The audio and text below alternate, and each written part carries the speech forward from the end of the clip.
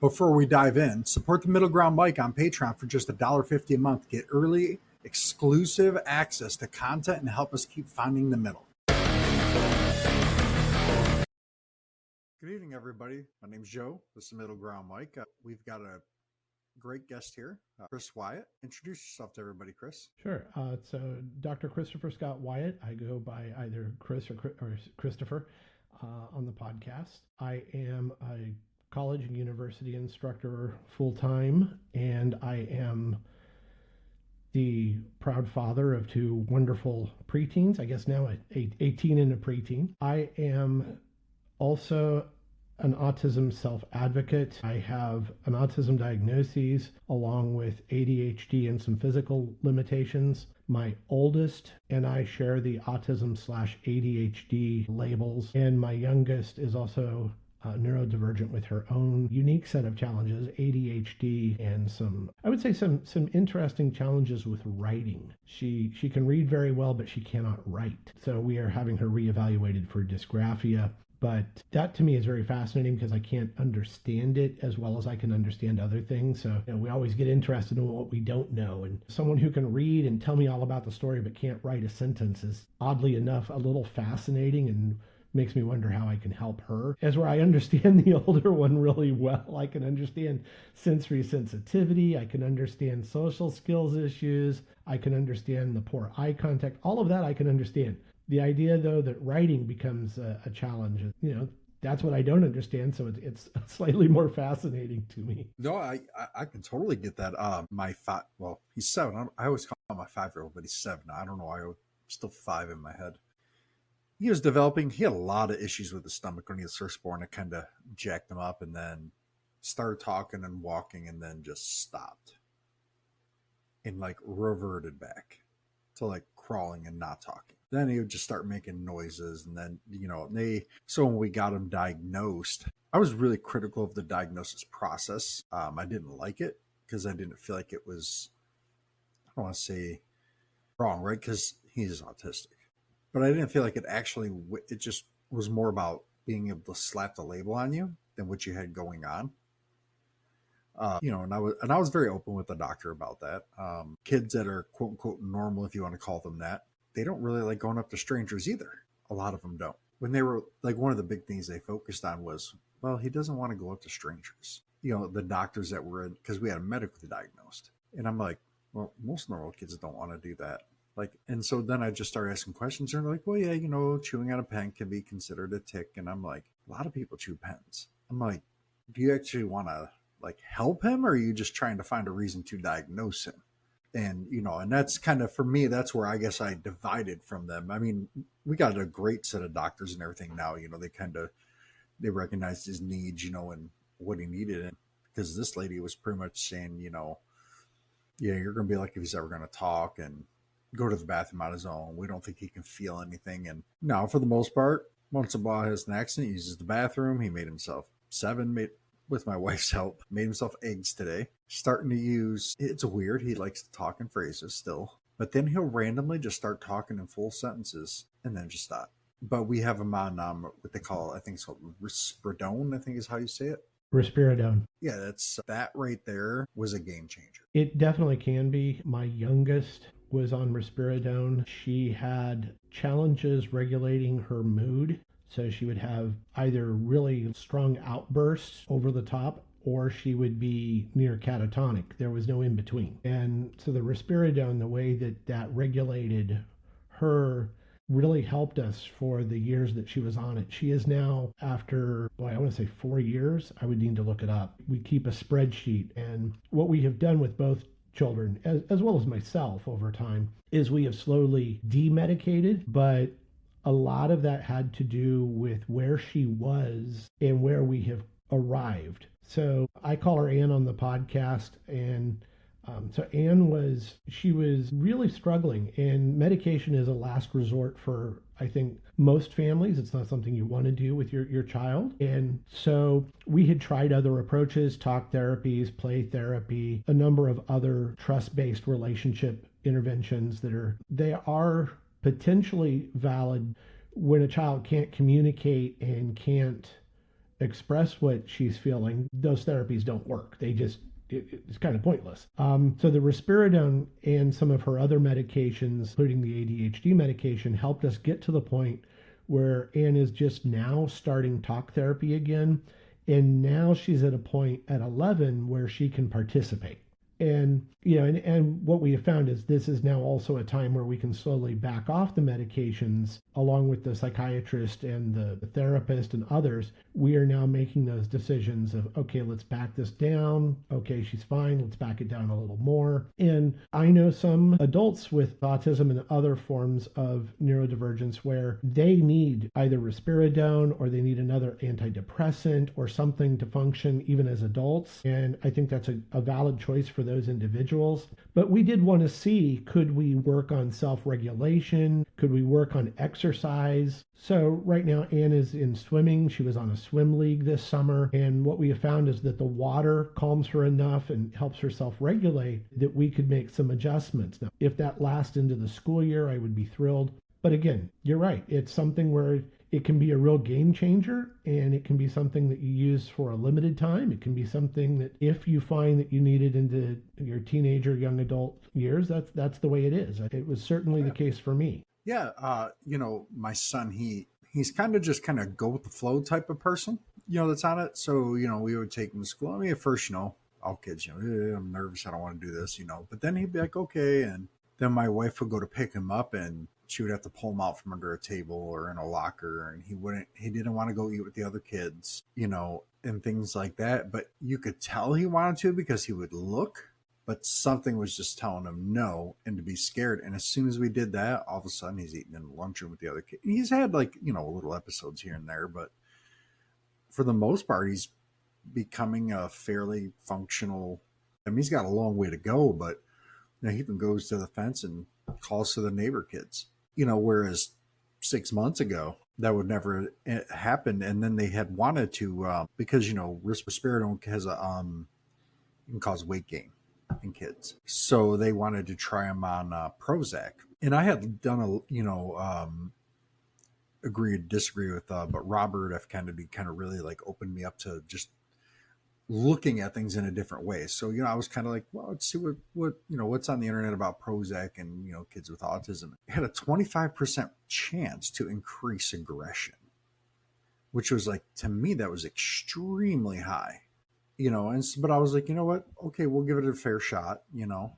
2 days in, we had to call the doctor and say, nope, that kid instantly, it was 2 days. He was just already starting to exhibit, more aggressive tendencies. He would slam his door closed if he was upset about something, and that wasn't his personality at all. And so I always tell other people as I meet them, I'm like, every kid's different, and even if somebody has a certain they're near the same part of the spectrum, right, they're all different, right? They have different things that make them feel a certain way, and that's hard to find, that balance. We also need to remember that the same medications have differing effects on everybody, right? So the challenge for any medicated approach to a challenge is that you need to find what works. We found that the ADHD medications, different ones are working for each of my daughters, right? One works really well for Anne, as were my oldest, and we call her Lee when discussing her.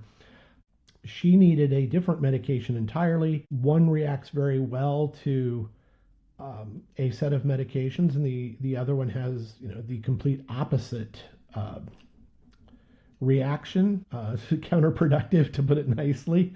Yeah. So you try the medications, and what you find is that even though they share diagnoses or they share obviously they share genetics because, they're sisters. And you sit there and you think to yourself, well, why is this the case? I hate to be so flippant, but the human brain is so sensitive to environment and other inputs, nature, nurture, you name it, that you just don't know, and which is why it's so important for doctors and parents to be very cautious when ramping up and ramping down medication. I have my own views. Like I said, I want the girls to be medication free or as close to it as possible. But I know, for example, taking a very simple example, I have a palsy. The nerves fire incorrectly with a palsy, and so it can cause shaking and what they call fasciculation of the muscle. Just basically means my right arm will want to move on its own. And medication for something like that can be a game changer because you don't want to walk around with your right arm flapping randomly. But again, it's not a choice I want to make. I don't want to be on a medication, tried physical therapy, looked at spinal x-rays. There is a point where you say, okay, there is no other easy approach for this. And when I talk to parents, when I talk to groups, I do always caution, you've got to work with a really good medical team and mental health team. Yes. Because you've got to be very quick to get off of something that's not working. You've got to get off. Yes. And my whole philosophy, and this is just a personal philosophy, as I said, is the less artificial anything going into my children, the better. But, the sad reality is that their lives are made much easier, at least at certain ages, by treating their symptoms until they became old enough that we could start using, whether it's exercise, yoga, stretching, standard sports, whatever it is we could find that would help them calm themselves. But when they were young, there was just no way to reason with those emotional outbursts and that self-harm. Yeah, and I really liked what you said there, your personal belief. And that's something that I really stressed when I was going through this process. I told my wife and a doctor, I said, I feel like we're focused on autism and not the fact that he's a human that has autism, and I said that's, and again, that's just like a personal thing, right?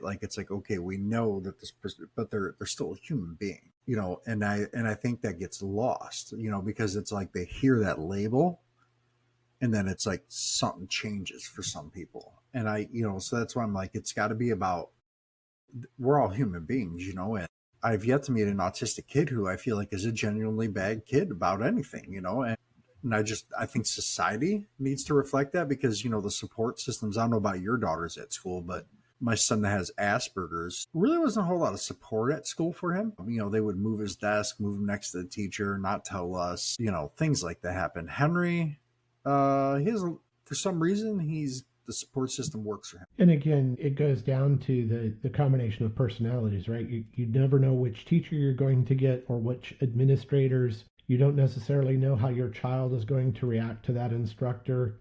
I would like to consider myself a pretty decent instructor, but there's always going to be that one student or two students a semester that for them, I'm not the right fit. And I think we need to recognize that sometimes you just can't even explain it, but that teacher isn't the right one for that student. That's okay. Absolutely. I certainly would encourage a student who's struggling in any class to say, okay, do we need a change of environment, whether it's the classroom that's the problem, maybe there's something the teacher's not getting, but we need to pay very close attention to what the student's expressing and then figure out how can we address verbal or nonverbal, whatever that child's expressing. It is asking for a change, and we need to figure out what is it that needs to change. Right. So, you've been through it, and I mean, obviously, we've both been through the ringer when it comes to schools, I'm sure. When you advocate for a kid, or maybe your advice, from your end and your experiences, especially, with, you having the diagnosis as well, how would you put self-advocating to maybe a newer parent who is, they're just, now navigating this at 4 or 5 years old, where they had no idea, they got no experience. The thing that we need to always express to teachers and healthcare professionals is that a child is expressing a need or a want. If the child is having meltdowns, we need to figure out what the input is that's triggering it. If the child is having the desire to run, the fight or flight. So if they're fleeing, we need to figure out what it is they're trying to get away from. I say the key to everything is listening. I think if you were to look at a number of really good sociologists and studies, we are horrible at listening. We are lousy at listening, and it's getting worse. I follow obviously a lot of research, and we know that since the birth of the modern social media atmosphere, that people have gotten even worse at listening. There are a number of reasons for that, and in many ways, we have reverted backwards because social media has allowed us to reestablish our tribes. As part of that, we all want to be heard, but none of us want to listen. I can understand that. If you, And the funny thing you said, the tribes is that's, and we kind of brought up like, just it was just like tribal politics, but it just made me think of that, like society in general, like the social media has kind of made everybody like they want to be put in a bubble that only tells them what they want to hear, no matter what. Let's take a quick break. Quick break. If you love what you're hearing, head to patreon.com/middlegroundmike. Just $1.50 unlocks bonus content and keeps us going strong for years to come. in the autism community, it has always been bad, even before the modern internet, even in the old dial-up BBS days, and before that, the non-computer days. The search for blame is a human impulse. It just is. We want to know who or what is to blame, and we get very focused on that. And I meet a lot of parents who are very focused on that. And my question is, I understand your desire. I certainly understand your desire to find a cause, but is it going to get the support for your child? Is it going to get the classroom changed? Is it going to change for your child when your child turns 18 or 22 or 26, depending on the types of supports in the state? And you'll get a blank stare, and it's like, well, I haven't thought about that. Well, you already have the child. It's great that you want to cure autism, or you want to, I don't even want to go down that road with most of the individuals, because the horrible reality is we've got a lot of variety in human nature, and people are afraid of it. And some of it rightly so, some of it not. But you have the child now. My question is what are you doing now that will help the child succeed? And going down the rabbit hole of blame, I'm looking at a wonderful book. It took me a while to finally read it because I didn't really like the title, and it's Neurotribes. And Neurotribes is a great book in terms of the history of the autism diagnoses, the labels as they came in and out of fashion. But again, it was talking about tribes, and that's because so many of the autistic self-advocates, what they did in the late early 2000s was they started to see themselves as a community, and I'm certainly, I have no problem saying I'm part of the autistic community, but I don't want to say, in my case, I don't generally say, this is all I am, right? I'm most concerned with being a good father, a good husband. I don't know, being a good autistic is not really high on my list. No, I just don't care. And that sounds horrible to the other autistic self-advocates. They're like, no, don't you want to be a great role model for other autistics? It's like, well, hold on here. If I'm a good father, if I'm a good dad, if I'm a good college instructor to the best of my abilities and employed and participating in society, that is being a good role model. I don't need a special shirt or a cap that says, I am a successful and decent autistic human. I certainly hope that comes across, when I'm speaking. I don't want to be a bad autistic person, but it's not, as I say, even when I do appearances and people say, well, you talk about being the autistic me. And I say, well, that's to get you in to hear the rest, which is, this isn't all of me. The autistic me is this little fraction of a human. The other fractions of me are the parts of me that like music, or the parts of me that like computers, or the parts of me that, whatever it is. In my case, gardening is a real, it's my thing, my yard. But, I don't go around saying the gardener me. Nobody would care. Right. What people want to hear is, whether it's myself or Temple Grandin, Stephen Shore, Lars Perner, what they want to hear is, well, how are you a successful autistic? And my response to that is always, well, if that's what you're concerned with, then stop asking what caused your child's autism and start asking, okay, how can I help my child be as successful or as fulfilled as he or she wants to be on whatever path is best for that person? And again, like you said, it goes back to, please stop looking at us as a checklist in the doctor's office or in the assessment. And remember, we are just a person.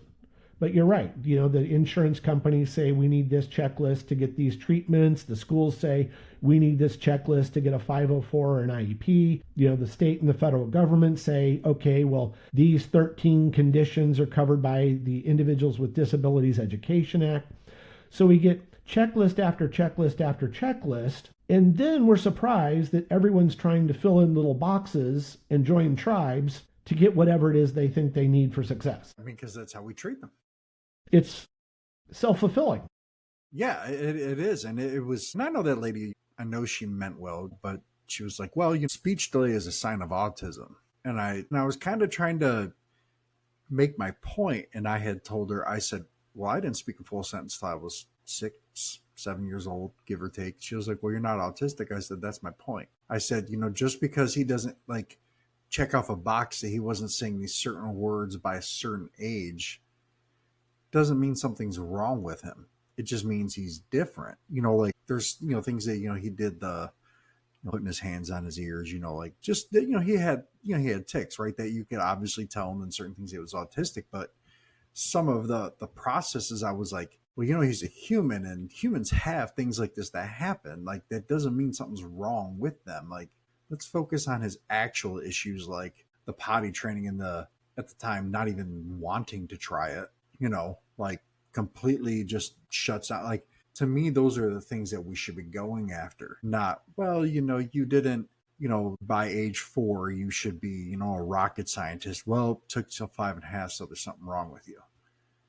And that's where, and I don't think anybody uses that standard out of like malice, but it's just a lack of, I guess you could say, empathy and understanding, but I think it's out of it of understanding what the problem is. Not that it's a problem, but like what we're going after, I should say. I'm coming at it from an educational perspective as well as, obviously parent and individual experience too. The challenge of the DSM, the Diagnostic and Statistical Manual for the Mental Health Professions, is that it's a bunch of checklists. And those checklists, by definition, if you are in the DSM, if I can take your traits and I can mark them to the DSM, you are already considered flawed, broken, deficient, whatever you want to call it, because it's a book of disorders. And so we begin from the standpoint of, if you are in the DSM as an individual with traits, you are deficient, you are flawed, and you must be treated. Now, I will certainly be honest. My children need help. There is no question that I need supports in many areas as well, especially as a child. But a lot of this has to do with cultural attitude and how we have adapted and what we consider a disability or not a disability. If you take a look at it, I wear glasses, my daughters wear contacts, my wife wears glasses. If we were looking at a time when glasses were not possible, for whatever reason, the technology did not exist to ground glass or to shape plastic into a corrective lens, my oldest would certainly be blind. She's got a -5 myopia. She couldn't see anything. So she would be disabled. But because we have contacts and glasses, we can all function. Yeah. And so now how we define disability changes. We would have said myopia at -5 is a disability. Now we say, oh, you've got corrective lenses. Life goes on. So I don't know that everything that's in the DSM or everything that's medical will always be considered a disability. We may find for some individuals those magic medications that take care of things, or the adaptive technology that solves a problem. For others, we may not for hundreds of years. I don't know. But what I always tell myself and tell others is things about me that would be considered a disability, it's situational. I grew up at a time in the 70s, 80s, 90s. A lot of people would say, oh, well, you've got paralysis on one side. Your right arm is somewhat useless. Well, at the time I grew up, there was a wonderful pitcher, California Angels, Jim Abbott. Jim Abbott has one arm. One is it was a condition, a birth defect, and he was an incredible pitcher. He was on some TV shows, right? He made guest appearances on some sitcoms, and he was out there to show that, he adapted his way. Now, that doesn't mean everyone has to look at everyone with a disability who's successful and say, well, gee, I'm not that, and I've got a disability. Now I feel bad about myself. Right. That's not the point. I mean, obviously, I'm not going to be Jim Abbott. It's just not going to happen. I may love baseball, but I'm not going to be on the Dodgers. Hey, all I got to say is go Tigers this year. I mean, the reality is, I know my limits. My limits are I can watch and cheer on somebody, but it's not going to be me. Right. And that's okay. The problem is we start looking at the disabled people or the autistic all-stars is the title of a book, in fact, I think. It's Academic All-Stars or something All-Stars about autistic professors and how wonderful that is. And it's like, well, out of the normal human population, how many people are out there with PhDs and doing it's not that many. Right.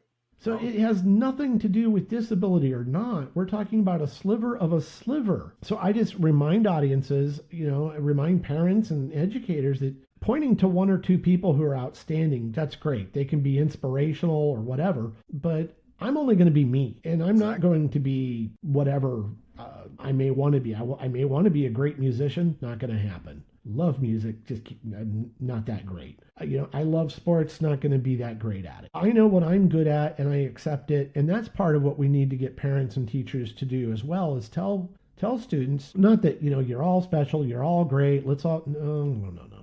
Let's talk about what your strengths are and how you can develop those strengths if you want to, and how you can succeed and how you can strive. But my youngest and my oldest are two different people. My youngest is not, I don't believe she's destined to become a research scientist. It's just not her. Her limitations are different because she can't write, because she struggles academically. Realistically, school's going to be a struggle for her. She might go to a university, but it's not going to be an easy time. She's going to have different challenges to overcome than my oldest, she will be the academic all-star. And, that's fine. We need to stop looking and say, well, my kid is autistic. Why isn't my kid Rain Man? Or, why doesn't my kid have some sort of hidden ability? I guarantee you nobody would say I have any special hidden abilities. You're a baseball fan, and I won't lie to you, I'm a diehard Detroit Lions fan. I do like the Detroit Tigers too. I mean, I love following them. What team do you follow? But quite honestly, I haven't followed since COVID. Oh, okay. Growing up, I was born and raised in California, and quite honestly, the Oakland days with Reggie Jackson, I'm old enough to, down in Anaheim, when it was the California Angels and they had a real name. Yeah, before they came in. You had Rod Carew down there, right? I mean, you had some really great players in the late 70s, early 80s that I saw growing up. We had a minor league team in my hometown, which my parents still go to see. And so I got to see Kirby Puckett, who ended up at the Twins. Yep. So, I cared a lot more about the individuals than I did the teams. And I know that's great for fantasy league, not for sports fans. But my wife and I used to go see the Twins when we lived in Minnesota. We had season tickets for the Pirates when we lived in Pittsburgh. Man. It's more about, I remember watching Burnett, Cole. Garrett Cole was just great when he was at the Pirates, and it's a shame they traded him. The Pirates are so worried about the bottom line that they won't let themselves have a winning team. Yeah, the Tigers became like that after Mike Ilitch passed away. So, as someone who admires individuals and what they can do for a community and things like that, I think that's what makes the connection so great. And I've always seen so many baseball players willing to walk up to the stands, willing to go to where the kids are sitting. And that to me makes it special. There are a few football players like that I've seen, but baseball was always one of the things where the fans were really important to the sport, as where I've gone to basketball and other things where the players don't come out. They don't mingle with the fans the same way. In football, I've always found it's interesting to me that it's the defensive players who get in with the fans. Yeah. Oh, it's great. It's the grunts, right? It's the grunts who they work for a living. Yeah. It's the Lions, for the first time in their history, they won 15 games last year, and woof, that was a wild ride. I think that part of it for me is someone that, and I don't have that statistic mind, right? There are autistics who love sports stats and can tell you who won the 1961 World Series and, how many interceptions a given quarterback threw in a given season. I don't do any of that. I was more a fan of the story of the individual players, these guys who would come up from nothing, make something of themselves through a lot of hard work. And I've always admired that. I know some professional athletes. I've been very fortunate that way.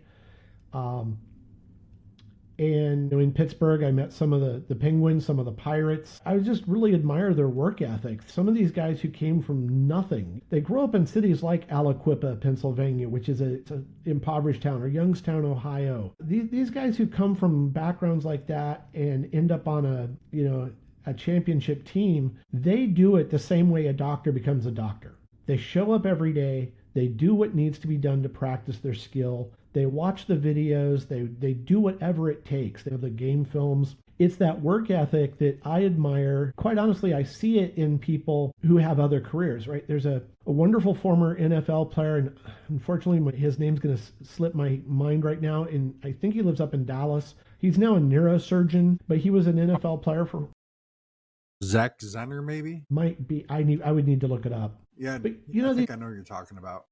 it's this work ethic, right? It's this work ethic. Yeah, My no, college and- roommate was a football player. I went to USC. He was a football player who could have played college ball, and now he's an ER doctor. Again, I think it's that work ethic that I admire. So that's what it is about sports I like, is these people who show up every day and just, they push themselves to be the best they can be, and that's what I hope I do as an individual. I know they have special talents, right? They have genetic predisposition to better muscles, to better whatever it is. We all have our given strengths, but if we don't exercise them and if we don't work them, it doesn't matter.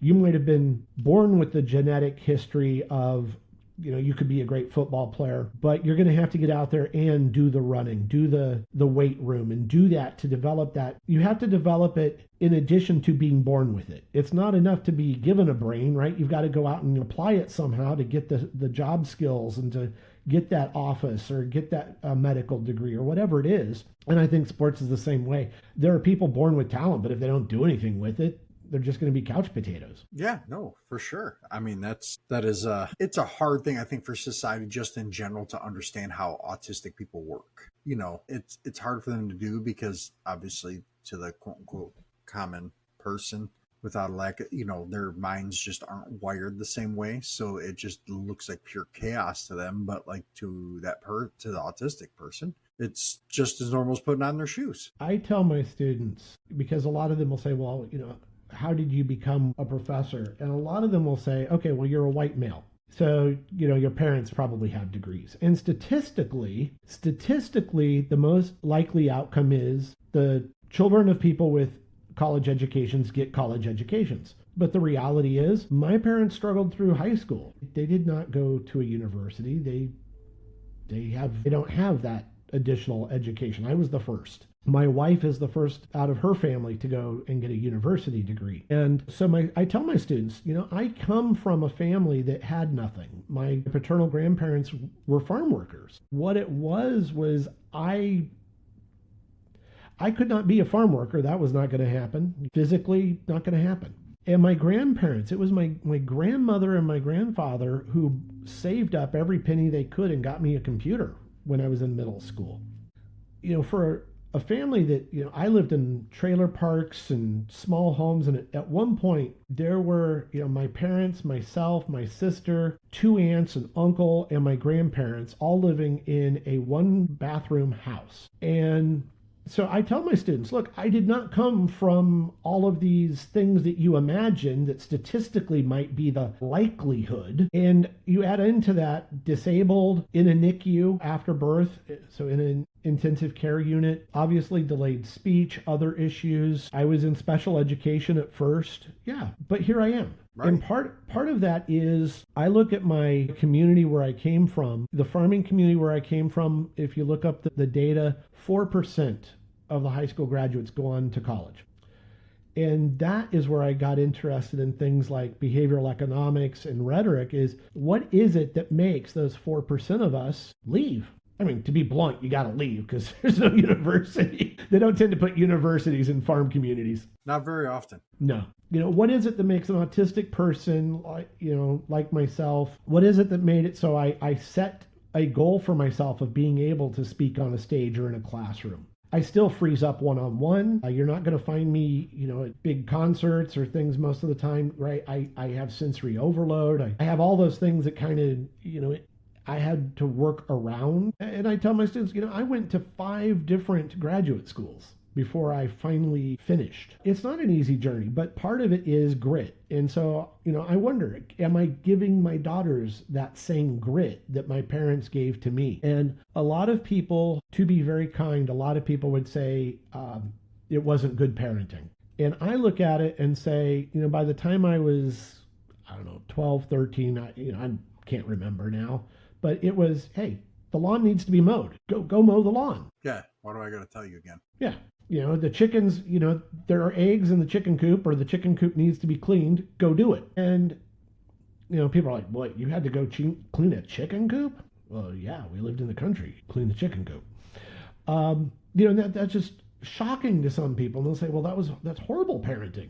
But there are a number of great books on this now about grit if you sit around and you coddle, children aren't going to do anything but sit around and play on their phones nowadays. That's just what we're going to end up with. My daughter today, my youngest, I told her, I said, okay, we need to go out. I'm going to mow the lawn and you're going to clean up the grass. And you're going to put it in the bag and put it out in the trash. And she looked at me like I had sentenced her to death, but she did it. Whatever her disabilities or differences or whatever you want to call it, she is who she is. And I know she's perfectly capable of helping me in the yard.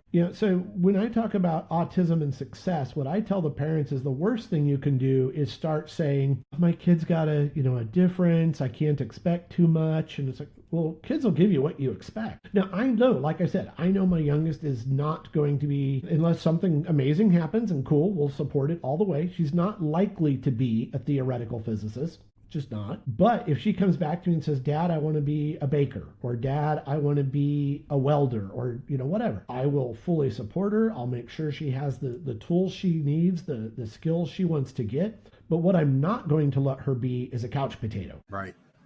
No, these are all definitely great things. I mean, as we get close to wrapping up here, it's a great conversation, man. I mean, it's nice to hear a different perspective, right? Especially from somebody that's in your position, having kids in that similar situation.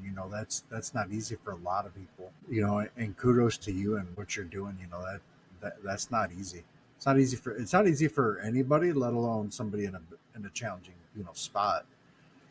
So kudos to you. And I encourage everybody to check your stuff out. I mean, it's needed. The autism community needs understanding, and they need the public to remember that, hey, they're part of the same dirt that we are. Like not like in a bad way, right? We come from the same ground. We're all in this together. And I've said that, so we're all in it together.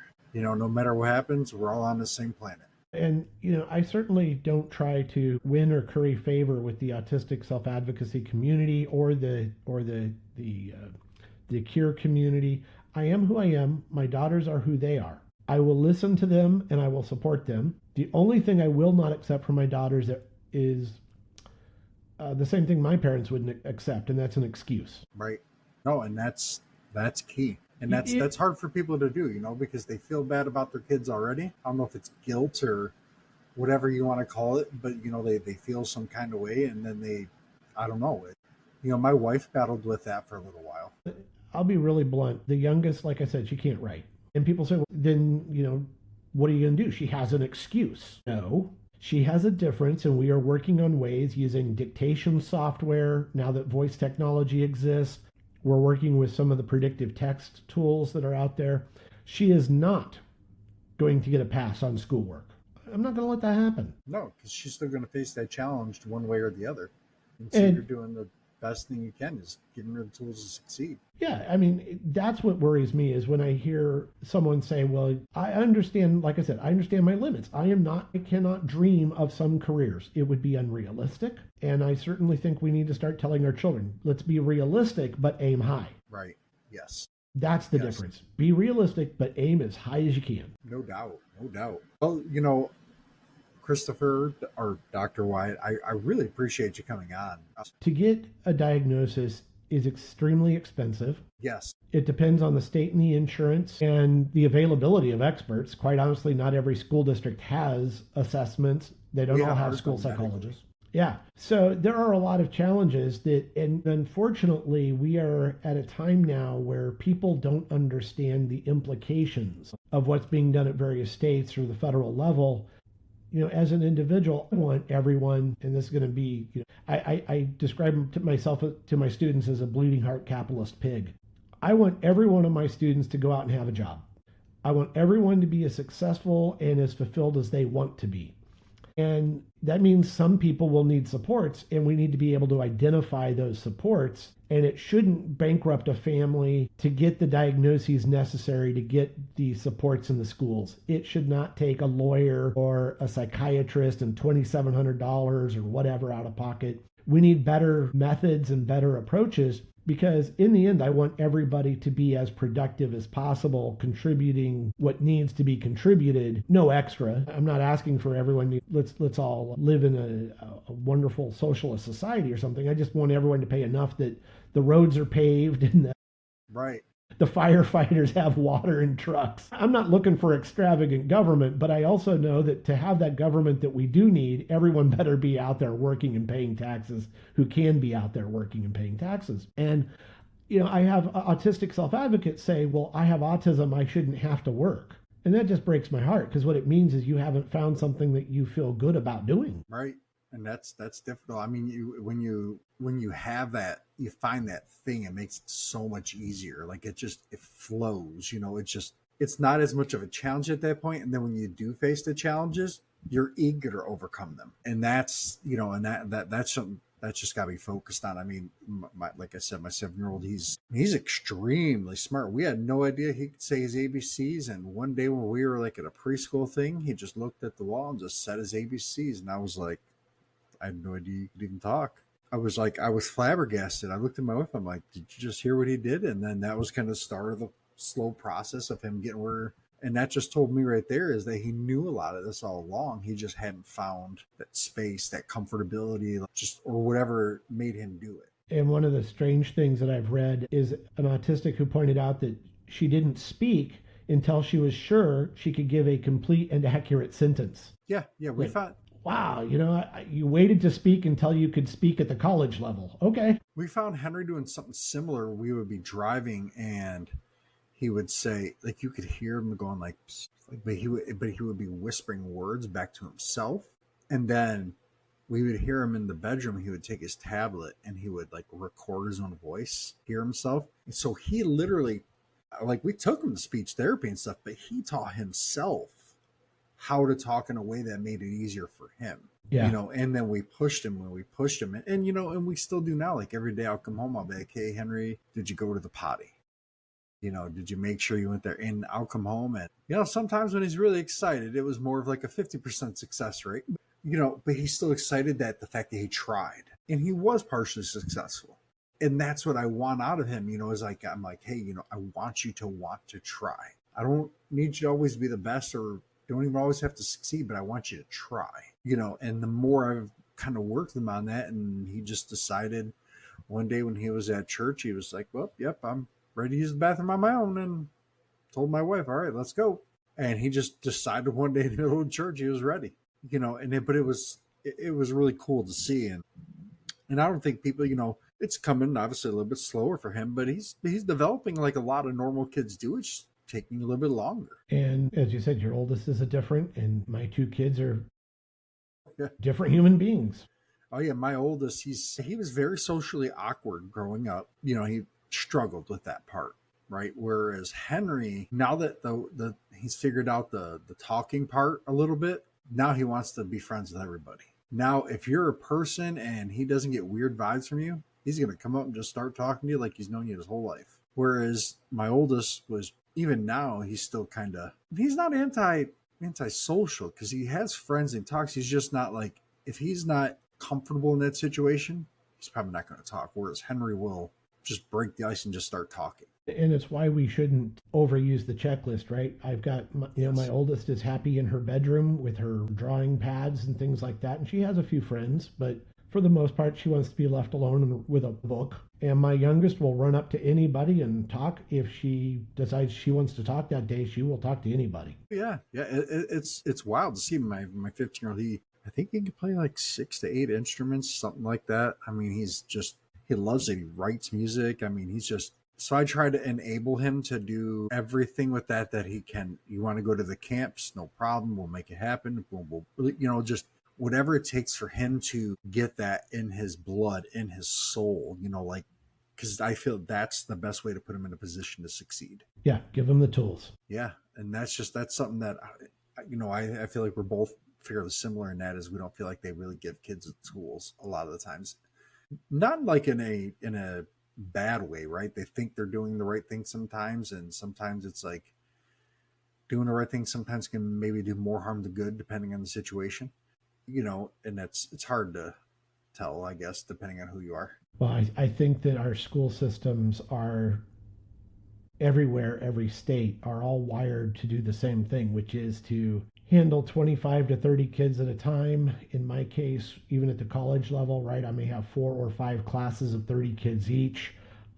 That's what we're wired for, is to get them in and out. And we might call it an individualized education plan or a 504, but it can't be all that individualized when I'm seeing 180 faces. Right. Yeah. My 7-year-old has a 15-year-old. He's almost a 4.0 student sometimes. So, very similar situations here, so it's crazy, like you're just like, man, they're so different. You're like almost like just shocked that they're so different. I'm sure our parents most thought the same thing, like, well, this kid's different from this kid. You're just amazed by how the differences are just naturally. The key is that they each bring me joy in their own way. Just as my wife and I are different, my kids are different, and no part of me wants them to change their core. I mean, there are things that I want them to change, like I want them to clean their rooms a little better and right, help with the dishes a little more. But, there's nothing I would change. One is, Anne is always going to be the one who wants to get a hug and tell you about her day, and Lee's always going to be the one who wants to be in her room with her sketch pads and her guitar, and that's okay. And love them for who they are and give them the skills to be the best they can be. That's why I go back to listening. If the teachers would listen, if we listen, and we try to give them what they're trying to tell us they need to succeed, that's the best we can do as parents. That's really all we can do as parents and teachers. Oh, yeah. Yeah, no, I agree. Well, Chris, we're going to wrap this up. I really, really appreciate your time. I mean, it's been great. Anything you want to put out there to the listeners before we sign off? I do my best. I'm a state employee. I am paid for by the state of Texas. And so that means under our rules, I don't do any other for pay stuff.